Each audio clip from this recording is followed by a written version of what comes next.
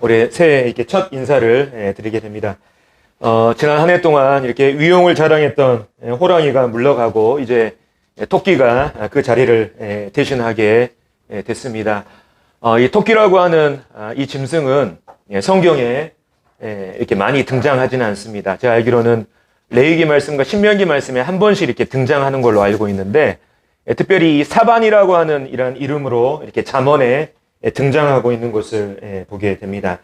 앞에 화면에 이렇게 보시는 것처럼 이 사반이라고 하는 이 짐승은 팔레스타인이란 지방에서 떼를 지어서 이 바위 틈에 서식하는 이런 산토끼를 말하는데요. 토끼 중에서도 이렇게 산토끼를 말하죠. 근데 생김새는 우리가 알고 있는 토끼와는 살짝 다른 것 같습니다. 약간 이렇게 너구리 비슷하고요. 또 오소리 비슷하게 이렇게 생겼는데, 아무튼 이 토끼의 일종이라고 합니다. 특별히 이 사반과 관련해서 아굴이라고 하는 이 지혜자가 잠언 말씀에서 이 무리 지어 살고 또 바위 틈에 거주하는 이 사반을 예로 들면서 사람들에게 지혜를 전하고 있는 것을 보게 됩니다. 그 부분을 한번 살펴보겠습니다. 잠언 30장 26절을 보겠습니다. 24절부터 제가 몇 구절만 읽겠습니다. 땅의 작고도 가장 지혜로운 것 넷이 있나니 곧 힘이 없는 종류로되 먹을 것을 여름에 준비하는 개미와, 26절에 보면 약한 종류로되 집을 바위 사이에 짓는 사반과, 이렇게 되어 있죠. 그래서 이 사반이 이 땅에 있는 가장 지혜로운 넷 중에 하나로 언급된 이유는 바로 이 사반이라고 하는 이 동물, 이 산토끼가 작은 짐승에 불과하지만 자기의 연약함을 알아서 이렇게 무리를 지어서 살고요. 뿐만 아니라 단단한 바위 틈에 자신들의 이 거처를 마련함으로 인해서 날카로운 이빨을 가진 이 사막의 또 이 팔레스타인 지역의 포식자들로부터 자기를 보존하는 이러한 지혜가 있기 때문입니다. 그래서 이 새로운 토끼의 해를 맞이하면서 우리 모두가 또 구원받았지만 또 세상 가운데 이렇게 연약한 자들이잖아요. 그래서 우리의 연약함을 알아서 바로 이 사반이 무리지어 생활하는 것처럼 우리가 함께 연약한 성도들끼리 함께 연합하는 이러한 한 해, 또 사반이 단단한 바위 틈에 이렇게 자신의 거처를 마련하는 것처럼 우리의 반석 대신 그리스도를 우리의 삶의 기반으로 삼고 또 그리스도께 피난처를 두는 이러한 지혜로운 한 해가 되기를 소망하는 이러한 마음이 있습니다. 이제 오늘 이 시간, 올 한 해 우리 교회와 또 성도님들, 우리 모두가 나가야 할 이 방향에 대해서 함께 공유하고 또 교제하는 시간을 잠시 갖도록 하겠습니다. 다 같이 베드로전서 5장 14절을 보겠습니다. 베드로전서 가장 마지막에 있는 말씀이죠.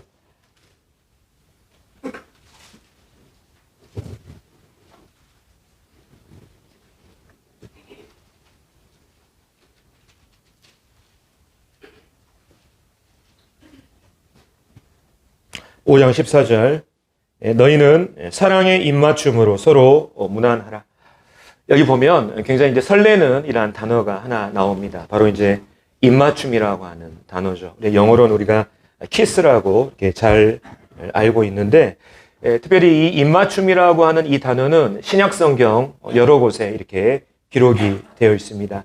예를 들면 데살로니가전서 5장 26절에 보면요, 거룩하게 입맞춤으로 모든 형제에게 문안하라. 또 고린도전서 16장에 보면 너희는 거룩하게 입맞춤으로 서로 문안하라. 또 고린도후서 13장에 보면 거룩하게 입맞춤으로 서로 문안하라. 또 로마서 16장에 보면 너희가 거룩하게 입맞춤으로 서로 문안하라. 이러한 말씀들이 기록되어 있는 것을 보게 됩니다. 그래서 입을 진짜 맞춘다고 하는 것은 입과 입끼리 이렇게 키스하는 이런 부분들을 우리가 연상할 수가 있겠습니다.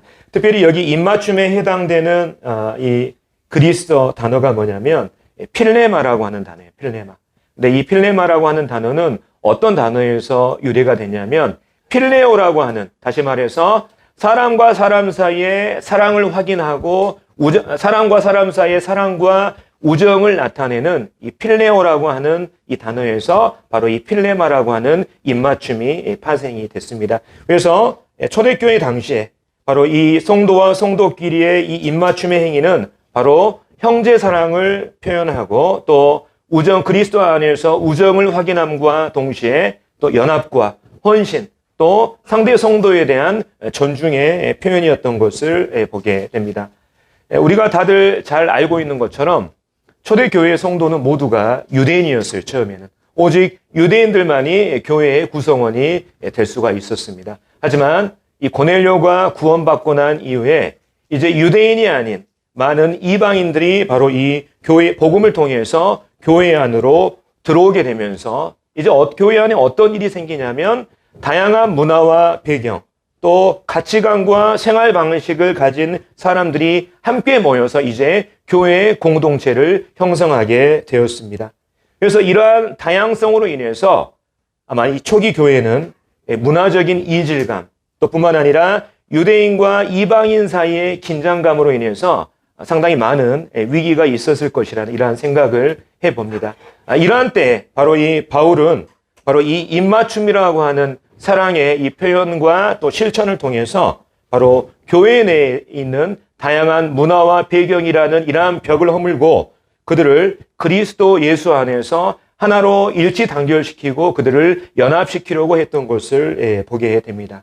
왜냐하면 바로 이 사랑의 실천이야말로 교회를 교회답게 만드는 가장 강력한 힘이기 때문입니다. 특별히 우리가 예수님을 따르는 이러한 사람들이잖아요.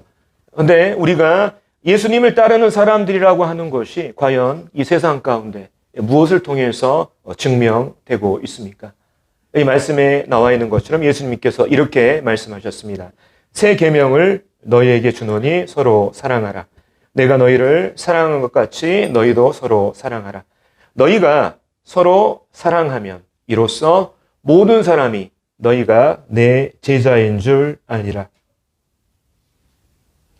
예수님을 따르는 우리가 바로 예수님을 따르는 제자들이라고 하는 것을 가장 잘 나타내준 지표, 또 증표가 뭐냐면 우리 안에 서로 사랑을 표현하고 실천하는 이 일에 있습니다. 세상을 향한 우리의 이 그리스도인의 정체성은 바로 사랑의 실천을 통해서 가장 잘 드러나게 되는 것이죠. 그래서 우리의 이 정체성이 사랑의 표현과 또 사랑의 실천에 있기 때문에 우리가 가장 행복할 때는 언제입니까? 바로 성도들 사랑하고 그 사랑을 나누고 공유하게 될 때 우린 가장 큰 만족감과 또 평안함을 느끼게 됩니다.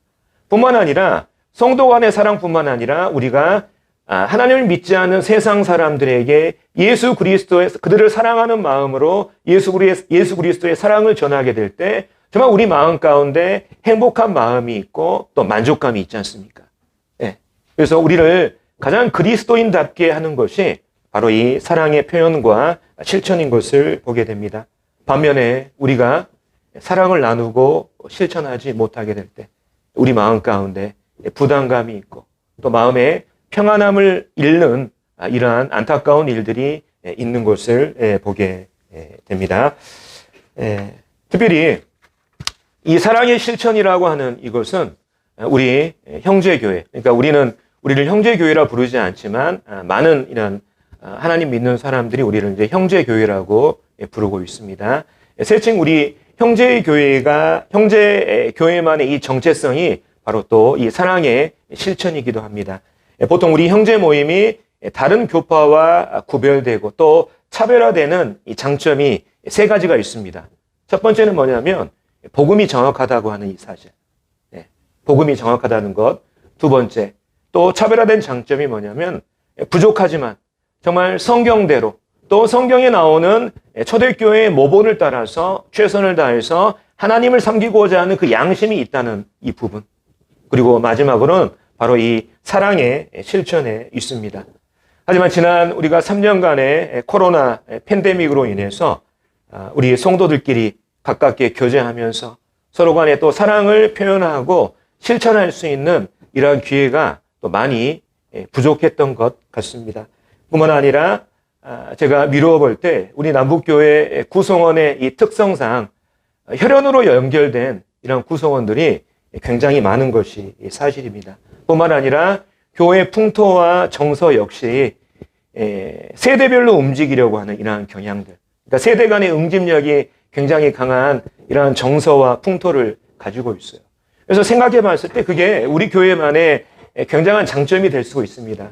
하지만 때로는 그러한 것들이, 예를 들면 구도자가 이 교회에 찾아왔을 때 그러한 정서와 풍토로 인해서 차가운 이러한 마음을 그들이 느낄 수가 있고, 뿐만 아니라 외부 지역에서 청거된 어떤 가정들이 이러한 정서와 풍토로 인해서 이 교회 가운데 쉽게 적응하지 못할 수 있는 이러한 위험 요소들, 뿐만 아니라 이 교회 안에서 이 교제권 가운데 적극적으로 들지 못한 어떠한 가정들이 이 교제권 안으로 들어온 데 있어서 부담을 느끼는 이러한 위험 요소도 충분히 될 수 있다는 이러한 생각을 해보게 됩니다.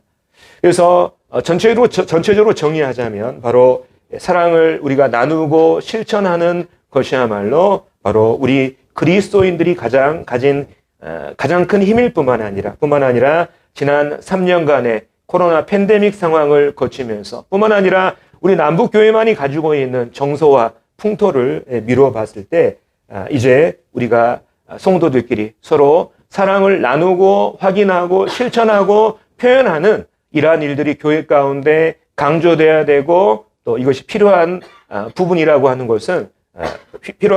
것을 생각하게 됩니다. 그래서 올 한 해 아까 우리가 읽었던 이 말씀처럼 너희는 사랑의 입맞춤으로 서로 무난하라고 하는 이 베드로전서 5장 14절 말씀을 중심으로 올 한 해 우리 광주 남북교회 성도님들께서 서로에 대해서 정말 더욱더 진솔하게 알아가고 또 사랑을 표현하고 실천하는 그러한 의미 있는 한 해가 되었으면 좋겠습니다. 다 같이 한번 이 말씀을 크게 읽겠습니다. 자, 시작. 너희는 사랑의 입맞춤으로 서로 무난하라. 직접 입맞추셔도 되고요. 또 여기에 걸맞는 이러한 사랑의 표현들을 하시면 좋겠습니다. 근데 우리가 서로 사랑을 실천하자, 표현하자, 이러한 타이틀을 이렇게 제시하면, 아니 어떻게 이렇게 우리가 올 한 해 사랑을 실천하고 표현할까? 또 이러한 부분에 대해서 또 의문이 있을 수 있지 않습니까?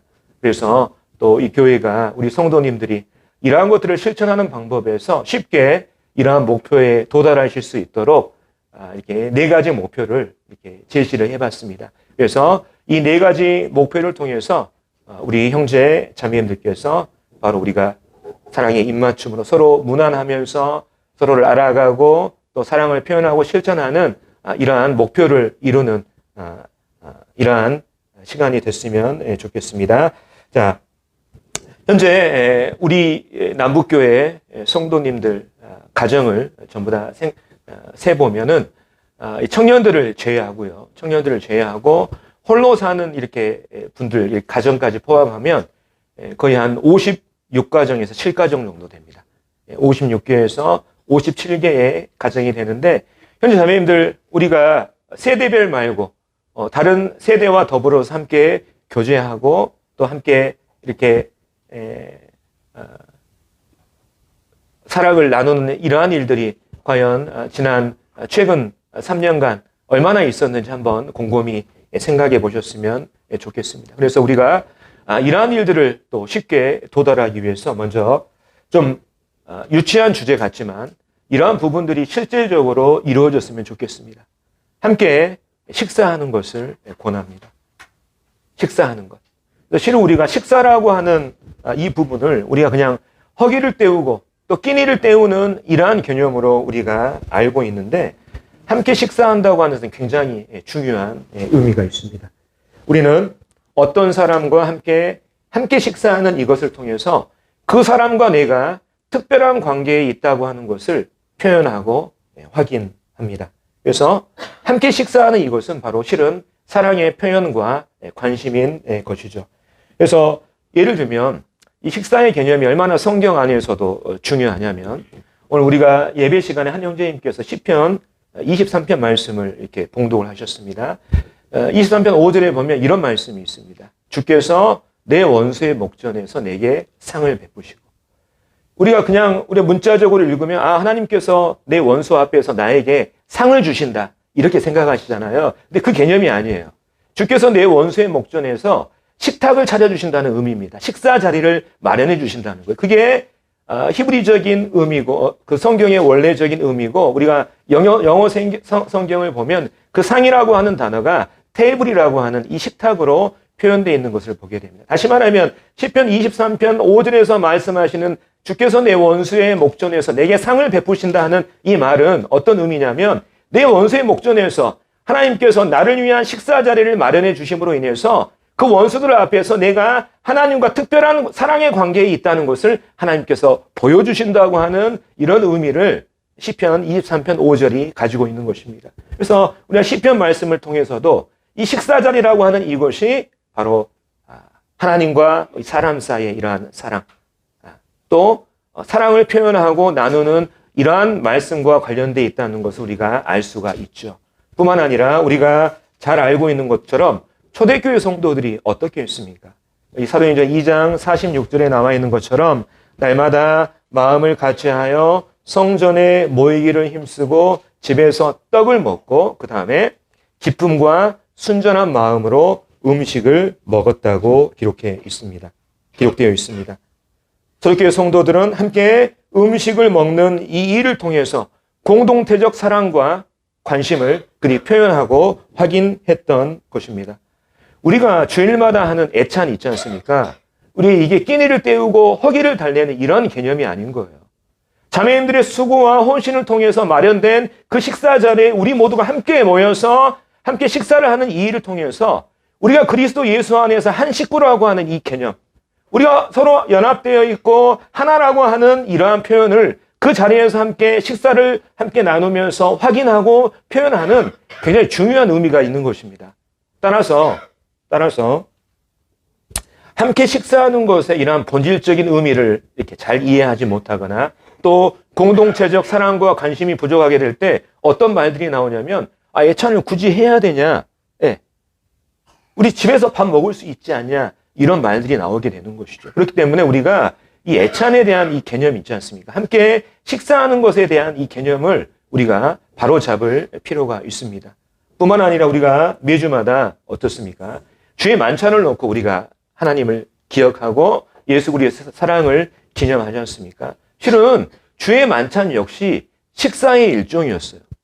자매님들, 제가 주의 만찬이 식사의 일종이었다 이렇게 말씀드리면 의아해하신 분들이 많을 것입니다. 하지만 우리가 성경을 자세히 읽어보면 바로 이 주의 만찬이라고 하는 것이 유월절, 예수님께서 제자들과 함께 하셨던 유월절 식사의 그 기원을 두었다는 것을 우리가 알 수가 있는 것이죠. 뿐만 아니라 고린도전서 10장과 11장을 읽어보면 바로 이 주의 만찬이라고 하는 이 예식이 식사 자리에서 비롯됐다는 것을 우리 모두가 성경을 잘 읽어보면 알 수 있는 사실입니다. 그래서 초대교회 성도들은 그 식사 자리에 주의 만찬에 참여하는 이 예식을 통해서 그들이 무엇을 표현하고 그것을 확인했습니까? 바로 여기에 나와 있는 것처럼 제가 읽겠습니다. 우리가 축복하는 바 축복의 잔은 그리스도의 피에 참여함이 아니며 우리가 떼는 떡은 그리스도의 몸에 참여함이 아니냐. 떡이 하나요. 많은 우리가 한 몸이니 이는 우리가 다 한 떡에 참여하리라. 우리가 주의 만찬을 행하는 목적, 예수님의 사랑을 기억하고 하나님을 높여드리는 또 그분을 기념하는 데 있습니다. 하지만 이와 더불어서 중요한 목적이 하나 있는데 주의 만찬을 통해서 우리 모두가 예수 그리스도 안에서 연합된 한 지체라고 하는 모두가 사랑하는 사이라고 하는 것을 바로 이 한 떡과 한 잔에 참여하는 이 일을 통해서 함께 표현하고 그것들을 확인하는 이러한 일들이 바로 주의 만찬의 또 다른 목적임을 성경이 말하고 있는 거예요. 단순히 이가 주의 만찬, 하나님을 기념하기 위해서 하는 것이다. 물론 이 중요한 의미가 있습니다. 이러한. 하지만 그에 못지않게 또 다른 중요한 의미는 뭐냐면 이것을 통해서 우리가 함께 사랑을 실천하고 표현하는 우리가 예수 그리스도의 한 몸을 이루는 형제 자매라고 하는 이 사실을 이 만찬 예식을 통해서 우리가 함께 확인하고 표현하는 것입니다. 그렇기 때문에 이상으로 미루어 보면 아까 말씀드린 시편 23편에 있는 이러한 상의 개념. 두 번째, 우리 초대교회 성도들이 함께 음식을 나누어 먹으면서 사랑을 표현하고 확인하고 실천했던 이러한 부분들.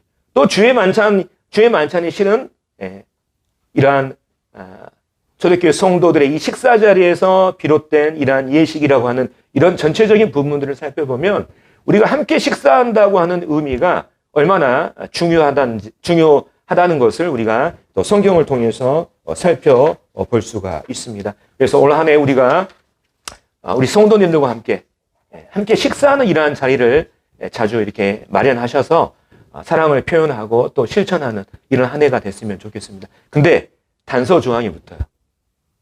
여기서 좀 더 구체적으로 더 세부적으로 말씀드리면 같은 세대끼리는 식사가 자주 할 수가 있습니다. 왜냐하면 친하니까요. 네. 같은 세대끼리 예를 들면 저는 40대인데 저와 이제 정원은 이제 친하지 않습니까? 자주 식사할 수 있습니다. 근데 우리가 세대 간을 넘어서는 이러한 사랑을 실천하다는 의미로 다른 세대와 식사 자리를 많이 가지셨으면 좋겠습니다. 기준은 10가정 이상입니다. 그래서 어떤 가정을 나와는 다른 세대에 있는 우리가 56가정 중에서 나와는 다른 세대에 있는 가정을 초청하거나 아니면 그들에게 초청을 받아서 올 한 해 10가정 이상과 나와는 다른 세대와 10가정 이상 세대와 다른 10가정 이상과 식사하는 것이 올 한 해의 목표입니다. 그래서 이러한 식사 자리를 통해서 우리가 세대 간을 아우르는 이러한 사랑의 표현, 이러한 실천들이 저희 가운데 있었으면 하는 이러한 바람이 있습니다. 두 번째, 일주일에 꼭 한 번은 5가정을 위해서 기도했으면 좋겠습니다. 형제님들, 형제 자매님들, 이제 저도 실은 정말 저는 이제 솔직히 제가 이렇게 꾸며서 하는 말이 아니라 저는 정말 사랑이 없습니다. 제 이제 성경 자체가 정말 이성적이고 감정적이지 못해요. 그래서 다른 성도들의 어떤 아픔을 이해한다든지 이런 부분에서 굉장히 이렇게 부족합니다. 항상 모든 것들을 그냥 이성적으로 막 그냥 객관적으로 받아들이는 이러한 부분들이 있는데 실은 우리가 다른 성도들을 사랑하고 그들에게 관심이 있다고 하는 표현이 무엇을 통해서 증명이 되냐면 제가 봤을 때 기도를 통해서 증명이 되는 것 같아요. 기도를 통해서. 그러니까 우리가 하는 이 기도의 제목이 나를 위한 기도의 제목인가? 나를 사랑하고 있는 거죠. 하지만 내가 아닌 다른 성도들을 위해서 기도하고 있다고 하는 것은 뭐냐면 내가 그만큼 그 성도에 대해서 관심이 있고 또 사랑한다고 하는 이러한 증거가 된다고 생각이 됩니다. 우리가 어떤 다른 성도를 위해서 기도하기 위해서는 무엇이 필요합니까? 그 성도의 실질적인 형편과 사정을 알게 될 때 구체적인 이러한 기도 제목이 나오잖아요. 그것을 알고 있어야 그게 그 기도가 가능한 것이잖아요. 그래서 올 한 해 우리 성도님들께서 일주일에 꼭 한 번은 5가정 이상을 위해서 기도하는 이러한 것들을 좀 이렇게 실천해 봤으면 좋겠습니다. 그래서 교회적으로도 이러한 일들을 돕기 위해서 우리 성도님들, 그제 이제 우리 형제 모임 때 어떤 한 형제님께서 전체 주소록을 만들어서 좀 이렇게 함께 공유했으면 좋겠다 이런 의견을 주셨어요. 안 그래도 저희 이렇게 형제님들께서 아무래도 이렇게 교회 이렇게 명부와 주소록을 다시 이렇게 만들어야 될 필요성을 느끼고 있는데 그 안에 성도님들 기도 제목 한두 가지 더 이렇게 집어넣어서 이게 전체적으로 포함해서 함께 성도님들과 공유하고 함께 기도할 수 있는 이러한 일들이 있을 수 있도록 이렇게 돕도록 이렇게 하겠습니다. 그 다음에 이제 세 번째 목표는 뭐냐면 좀 어려운 부분이 있을 수 있습니다. 근데 여행하는 것을 추천을 드립니다. 여행하는 것. 다른 가정과 한 가정 이상 그것도 여행하는데 1박 2일이면 좋겠어요. 저는 태생적으로 이렇게 운동 제외하고요. 움직이는 거 진짜 싫어합니다. 우리 아이들도 저를 이렇게 인정할 정도로 정말 게으른 사람이에요. 근데 제가 결혼한 이후에 우리 가족들과 함께 여행을 하는 이러한 과정 가운데 제가 느끼게 되는 것들이 있었습니다. 이 여행을 통해서 함께 서로가 대화할 수 있는 이런 기회들이 생기게 되고요. 뿐만 아니라 가족이라 할지라도 서로 친해질 수 있는 이런 기회들이 생기게 되는 것 같아요. 뿐만 아니라 이 여행을 통해서 우리가 알지 못했던 전혀 새로운 것들이 그 안에서 창출되는 이러한 힘을 이 여행을 통해서 느끼게 됩니다. 성격은 약간 다르지만 사도 바울이 1, 2차 이렇게 전도 여행을 하면서 그에게 많은 동역자들이 있었습니다. 그들이 이제 복음을 전하면서 소아시아와 유럽 지역을 돌아다니면서 그들이 여행하는 가운데 있었죠. 하지만 그들이 함께 여행하는 가운데 그들이 함께 시간을 보내고 함께 부대끼고 함께 고생하는 이 일들을 통해서 저는 바울과 그의 동역자들의 유대감이 더욱더 강화되고 주님 안에서 더욱더 친밀하게 이렇게 유지되었을 것이라는 이러한 생각을 해보게 됩니다. 마찬가지로 우리 성도님들께서 다른 성도 가정과 함께하는 이러한 여행을 통해서 함께 시간을 보내고 함께 부대끼고 함께 대화하고 하는 이러한 시간들을 통해서 주님 안에서의 유대감 훨씬 더 강화되고 또 친밀해질 것이라는 이러한 생각을 해봅니다. 그래서 다소 이렇게 부담스러운 이러한 주제지만 다른 가정과의 1박을 넘어선 이러한 여행을 통해서 혹 시간이 안 되는 분들은 가까운 곳에 함께 나들이를 가는 이러한 시간을 통해서 함께 시간을 보내는 이러한 일을 통해서 함께 교제하고 또 사랑을 나누고 실천하는 이러한 일이 있었으면 좋겠습니다. 이 일은 제가 봤을 때 지금 60대 형제님들이 가정이 제일 잘하고 계시는데 또 다른 이런 세대들도 또 세대뿐만 아니라 또 세대와 세대를 넘어서는 이러한 여행들 또 추천을 드립니다. 마지막으로 이제 목표는 뭐냐면 1명 이상 전도하는 거예요. 우리가 사랑을 실천하고 표현해야 될 대상은 우리 성도들뿐만 아니라 아직 하나님의 사랑을 알지 못하는 이방인들도 바로 우리가 사랑을 실천해야 될 대상인 것입니다. 그래서 이방인들이 우리가 이 세상 가운데서 그들에게 표현하고 실천하는 사랑과 관심을 통해서 많은 구도자들이 이 교회를 찾고 또 그 구도자들이 바로 예수 그리스도의 사랑을 전하는 복음을 통해서 그들이 마음을 열고 회심하는 이러한 일들이 올 한 해 있었으면 좋겠습니다. 지난 한 해 우리 각자의 목표이었기도 했는데 목표를 달성하신 분도 있고 또 달성하지 못하신 분들도 계시리라 생각이 듭니다. 잘하고 못하고를 떠나서 올해는 이제 심기일전하셔서 이 목표를 이루지 못하신 분들 우리가 세상 가운데 나가서 또 사랑을 실천하고 또 드러내는 이러한 일들을 통해서 또 이 목표를 꼭 이루어 주셨으면 좋겠습니다. 그래서 다시 한번 정리해 드리자면 오늘 우리 교회의 목표는 뭐냐면 세대 간을 아우르는 사랑의 실천과 표현입니다. 함께 사랑을 표현하고 함께 사랑을 나누는 이 일을 위해서 구체적으로 10가정 이상 우리가 함께 초청하고 초청을 받아서 함께 식사하는 이러한 시간들을 좀 자주 가지셨으면 좋겠고요. 또 일주일에 꼭 한 번은 5가정을 위해서 정말 마음을 다해서 함께 기도하고 하는 이러한 시간들을 가졌으면 좋겠습니다. 또 가능하면 다른 가정과 함께 여행하는 이러한 일들을 통해서 서로의 이러한 관심사들을 함께 나누고 교제하는 이러한 시간들, 마지막으로 세상 가운데서도 사랑을 실천하는 이러한 일들이 저희 가운데 있었으면 좋겠습니다. 그래서 올 한 해 이러한 목표 가운데 또 주님께서 우리 안에서 함께 일해 주시고 은혜 베풀어 주시기를 의탁을 드립니다.